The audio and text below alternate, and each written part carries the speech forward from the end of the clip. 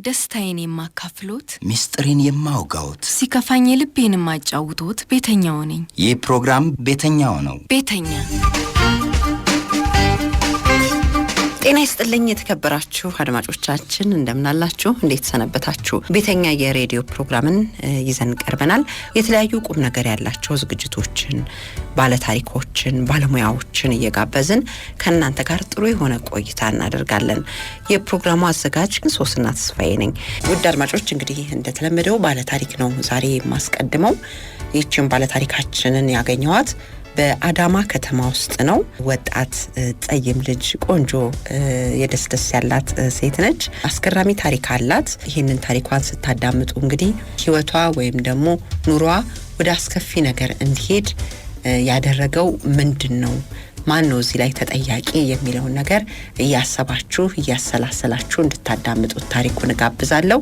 ሐሳብ አስተያየቶቻችሁን ታሪኩን ከሰማችሁ በኋላ ብታደርሱኝ እጅግ በጣም ደስ ይለኛል። እጠብቃችኋለሁ።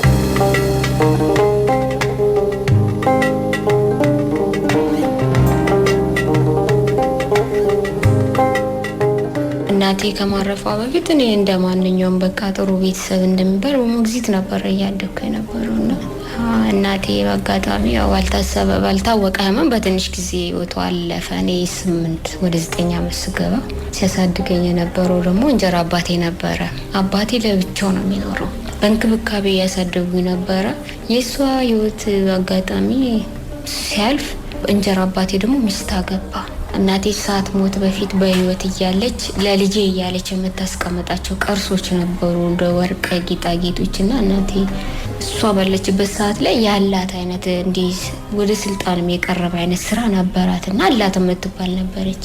ትዝ ይለኛል ጥሩ ተውሎ ልታስከብር እኔ ልጅ ነኝ ግን ፎቶ ለምንድነው የምንነሳው ስለ ለእናንተ ላንቺና ለወንድምሽ ጡረታ ማስከበሪያ ነው ብላይ ጉርድ ፎቶ አስነስታን እንደዚህ ተነስተና ወደ ቢሮ ስትልክና አቃለው።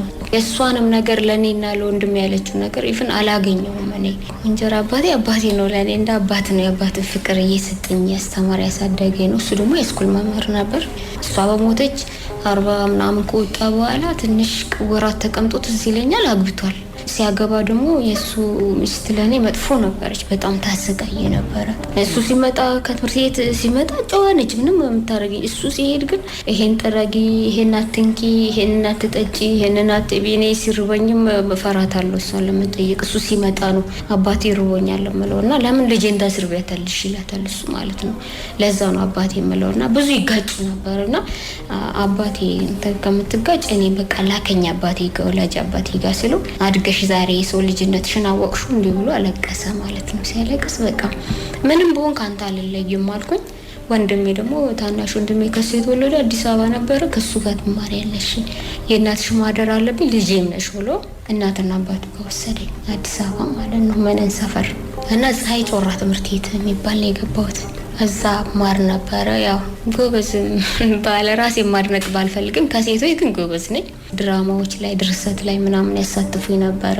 ደስ ይለኛል፣ ያደንቁኛል እና በቃ በጣም አባቴ እናፍቃለሁ። እናቴ ስለሞተች እንጀራ አባቴ ማለት ነው ይናፍቀኛል። ወሰደኝ ወደ ሀረር መልስና ወሰደኝ ብዬ አለቅሳለሁ በየረፍቱ ቫኬሽን ሲመጣና ውጤቴን ያዋለ ደፍተሬን ጥሩ ጎበዝ ነኝ ልጅ በርቺ ይለኛል። ከዛ በሚቀጥለው 3ኛው አመት ላይ ነው ከሷ ጋር መጥቶ ረፍተኛ ከእንጀራ እናቴ ጋር ምንድነው አጣላች ማለት ነው። ምን እንደምትል ትዝ አይለኝም ግን እነሱ አያቶቼ ሲቆጡኝ ነው ማውቀው። እንጀራ አባቴ ቢሰዎች ይቆጡኛል፣ ፊት ይነሱኛል። ወንዞኝ ሄደው ወደ ሀረር አብረን ሄድን። ትራንስክሪፕቴን አወጣልኝ። ትምህርት ቤት ገባው። ትምህርት ቤት ስገባ ቤት ተከራየና ብቻዬን አስቀመጠኝ። እዛ ሀገር ውስጥ ደግሞ እናቴ በጣም ደሃ ትረዳ ነበረ። እንደዚህ በቃ እና ብዙ ሰው ያውቃታል። እኔ ሕፃን ነበርኩ። አድጌ ሲሄድ በሷ ስም ነው በቃ ሰው ህዝቡ ትሪት ያደርገኛል። እኔ ምንም ቢቸግርሽ እኛ ያለን እናትሽ አልሞተችም አለች እኛ ያለንልሽ ማለት ይሉኝ ነበርና ከዛ 7ኛ ክፍል ደርሼ ነበር። ያ በደረጃ የምወጣው ነገሬ 0 ሆንኩ ማለት ነው። በብቸኝነት ምክንያት ቤት ተከራይቶ ሲያስቀምጠኝ ሴትዮ አላስቀምጥ ስለምትለኝ እንጀራ እናቴ ብቻዬን ተከራይቶ እኔ ደግሞ ያን እንዳላቀ እኔ በህይወት ካለሁልሽ ምንም አትሆኝ። እኔ ግን ከሞትኩብሽ ድንገት ሞት አይቀርም። እኔ ከሞት ሴት ልጅ ነሽ እድልሽ አንዴ ነው። ተምርሽ እንደምንም ሰው ቢበድልሽ ተምርሽ ጫፍ መድረስ አለብሽ ስለምትለኝ ያንን ደግሞ ማረግ ፈልግ ነበር። ያን ህይወት አላቀው 7ኛ ክፍል ሽሮና በርበሬ ለይቶልኝ እዚህ ተቀመጪ ብሏል። እና ይርበኝም ነበር። ምግብም በስርዓቱ አላገኝም። በሱ ምናምን ስፍጭት ብልኝ ያስቀምጠው ያችን በሱ ጠጣለሁ ይርበኛል። ግን ራቡ ሳይሆን ይሄ ወደፊቴን አላማ በቃ እናቴን ስም ማስጠራት ፈልግ ነበር። ተምሬ መመረቅ ፈልግ ነበር። ግን አልሆነም። ትምህርት እየደከምኩ መጣሁ። ከዛ 7ኛ ክፍል ደገምኩ ማለት ነው። ወደኩ።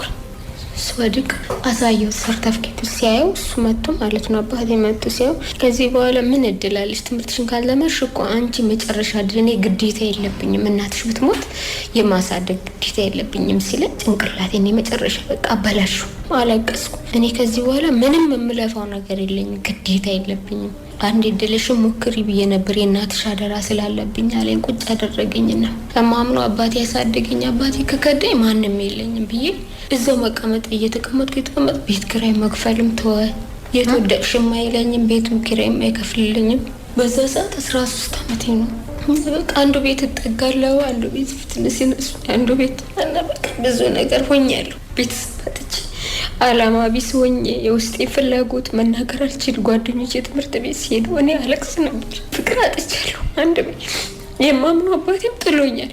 ሁለተኛ ሶስተኛ ደግሞ ትምህርትሽን ድጋሚ ተማሪም አላለኝም። እዛው ትቶኝ የራሱን ህይወት መኖር ጀመረና ከከፋኝ እዛም እቀመጣለሁ። እዛም ግን የማስበው ትምህርቴን ነበር። ትክክለኛው አባቴ ደግሞ ትንሽ አይምሮ ላይ እክል ገጥሞታል። ልንከራተታለሁ። ብዙ ተንከራትቻለሁ።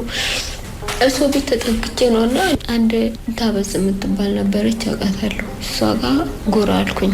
እሷ ጋር ደግሞ አንድ የምትመጣ ጓደኛ ነበረች። እሷም ጋር እንዲሁ ነኝ ስለሚሉኝ ሁሉም ዘመዴ ነው የሚመስለኝና እዛ እያለን ቤት ጠብቂልኝ ብላ እሷ መንገድ ሄዳ ነበረ ሩቅ ሀገር። እኛ ቤቱን እንጠብቃለን ብለን ወንድሟ ደግሞ ያው ጎረቤት ሆኖና በራን ኳክቶ ውሃ ፈልጋለሁ ሲል ውሃ ሰጥሃለሁ እዛው ቁም ስለው ውሃ እስከምቀዳለ ድረስ ገባ። በሩን ክፍት አድርጌ ነው እንደዚህ ወደ ጓዳ የገባሁትና ሊይዘኝ ሲል ያው አውቄያለሁ።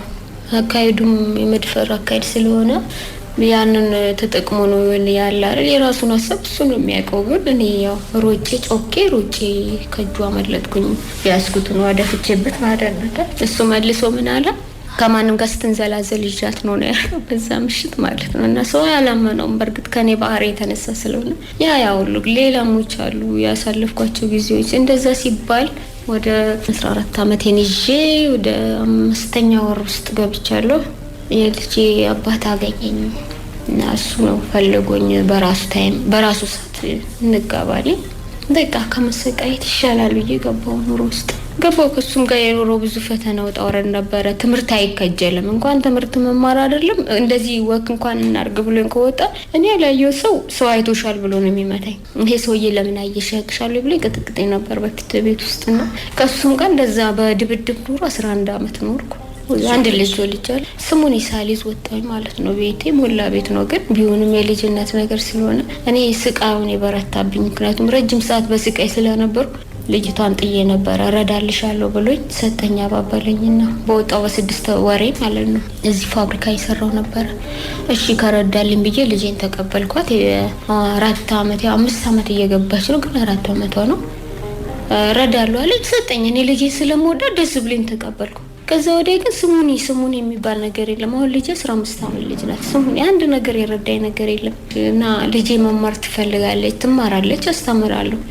መጀመሪያ ማለት ህጻናት እየከፈልኩ ነው ማስተምራት። ዝም ብዬ ተመላለስኩ ፋብሪካ ምንም እያልኩ ነው የተሰራው ነበር። በኪራም በዛ ሰዓት ቀነስ ይላልና ያማገኛት ለሷ ትምህርት ቤት ነው ላያርኩ ነው እኖራለሁ። በቃ ምንም መንገላታትም ቢሆኑ እንኖራለን። ከዛ በኋላ ግን ያደገች የመንግስት ካስገባሁት በኋላ ነው ጫና የበዛብኝ። የታክሲ ያለ ፍላጎቷ ይበዛል። ይሄንን ግዢልኝ እኔ አባቴ ካልገዛልኝ አንቺ ያለሽልኛል እንደ ግዢልኝ ትላለች ታይና ይሄንን ሁሉ ነገር ሲኪራይ እየጨመረ ሲመጣ በመቸገር ሲመጣ አይም ልቤን ማሙም ሲጀምረኝ እንደዚህ ምናምን ሲጀምር እኔ ማቃቸው የነበሩ አሉ። እነሱ እንዲ ቢራ ያያዙ እየወጡ ማለት ቤት ያላቸው ባሎቻቸው የሞቱ አሉ። ቪላ ቤት ምናምን ያላቸው እንዲ ወጣ ብለን እኛ ፈታ ብለን እኮ ነው ብር ይዘን ምን መጣው ምናምን ይሉ ነበርና ያን አቃለሁ። ግን በጣም የምጠየፈው ነገር ነው ለኔ በጣም ምፈራው አይነት ነገር ነበርና በሆነ ታይም ላይ በቃ ሆነ እንትን ቤት ከታምሜ ነበርና ቤት ክራይ ተደራረበብኝ። ቤት ውስጥ ምን በላው ነገር ምንም ነገር የለም። ልጄ ራሱ ተጎዳች በጣም ብታይና ማንም ዞር ብሎ የሚያየኝ የለም። አባትየው ጋር ሲደውልለት ቆይ መጣው በኋላ ደውልላችኋለሁ ይልና ይዘጋል። ከነጨራሽ መስዊች ያደርጓል ስልኩንና አይ ሄደከምኩ ነው። መጨረሻ ላይ አንደኛዋ በማህበራዊ ህይወት ነው የምንተዋወቀውና ግን ሚስጥሯን አደብቀኝ ትነግረኝ ልጅ እናት ናት ባለቤት ነች ቤት አላት እኮ አንቺ ዝም ብለሽ ነው እንጂ እኮ እንዲህ አይነተኛ ወጣ ብለን እኮ እንዴ ለመቼ ነው እስከ መቼ ነው እንደዚህ የምትሆኙ ልጅቷንም ያስራስ አንቺም እንደዚህ ሆነሽ ከዛ መልክሽ ቁንጅና ወጣሽ እንደዚህ ባጥንትሽ ይሽ ለመቼው ነው ሄደሽ ወጣ ብለሽ ከኛ ጋር ጣሽ እንዴ ቢሮ ይዘሽ ለምን መተሽ የሚያስፈልግሽ ነው ታማኝ እሱ እግዚአብሔር ያለቀን ይቀርልሻል ነው ብላት ሞላኛለች ታገላሉ እየባሰ ሄደ እየባሰብኝ ሄደ የከረረብኝ ችግር ደግሞ ጭራሹም ኒባስ ብሎ እንደው ምንም እያልቆጥጬ ስራ ስፈልግ እቃ ጣቢነት እንኳን አጥቻለሁ የሚገርምሽ እቃ ማጠብ እንኳን አጣሁ ከዛ ገባሁበት ይሄን ስራ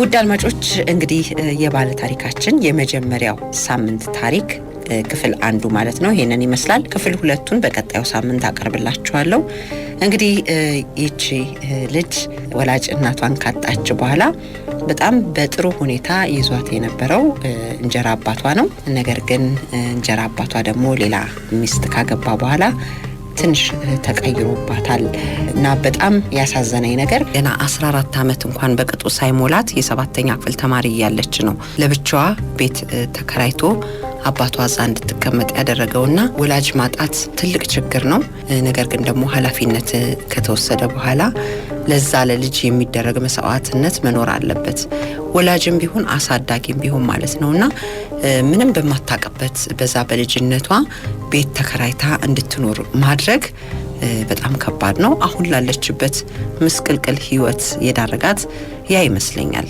አንድ ቤት በዛ እድሜዋ እንድትኖር ማድረግ እንግዲህ ለተለያዩ ችግሮች ለተለያዩ ጾታ መሰረት ላደረጉ ጥቃቶች እንድትጋለጥ ማድረግ ነውና በዚህ ህይወት ውስጥ በእንደዚህ ተመሳሳይ አይነት ህይወት ውስጥ የኖሩ ብዙ ችግር እየገጠማቸው ሴቶች አጋጥመውኛልና እጅግ በጣም አስቸጋሪ ነው ስለዚህ ወላጆች አሳዳጊዎች ለሴት ልጆችን ስናሳድግ ኃላፊነትን መውሰድ አለብን የምናደርጋቸው ያንዳንዱ ነገሮች ለወደፊት ህይወታቸው ወይ ጥሩ ወይ መጥፎ ነገርን ይዘው ይመጣሉና ጥንቃቄ ያስፈልጋል ስለ ጾታዊ ጥቃት እየነገሩ ያስተማሩ ማሳደግ እንደገናም ደግሞ ኃላፊነትን መውሰድ በአጠቃላይ በዛች ልጅ ህይወት ኃላፊነትን መውሰድ ከአሳዳጊዎች ከወላጆች የሚጠበቅ ነው ይሄ ብቻ አይደለም ከወላጆች ብቻ አይደለም ትምህርት ቤቶችም አጠቃላይ ማህበረሰቡም ይህ ኃላፊነት አለበት ብዬ አስባለሁ ውድ አድማጮች እናንተስ ምን ታዘባችሁ ምን አላችሁ ምን አሰባችሁ ታሪኩን ስታዳምጡ እንግዲህ ልብ በሉ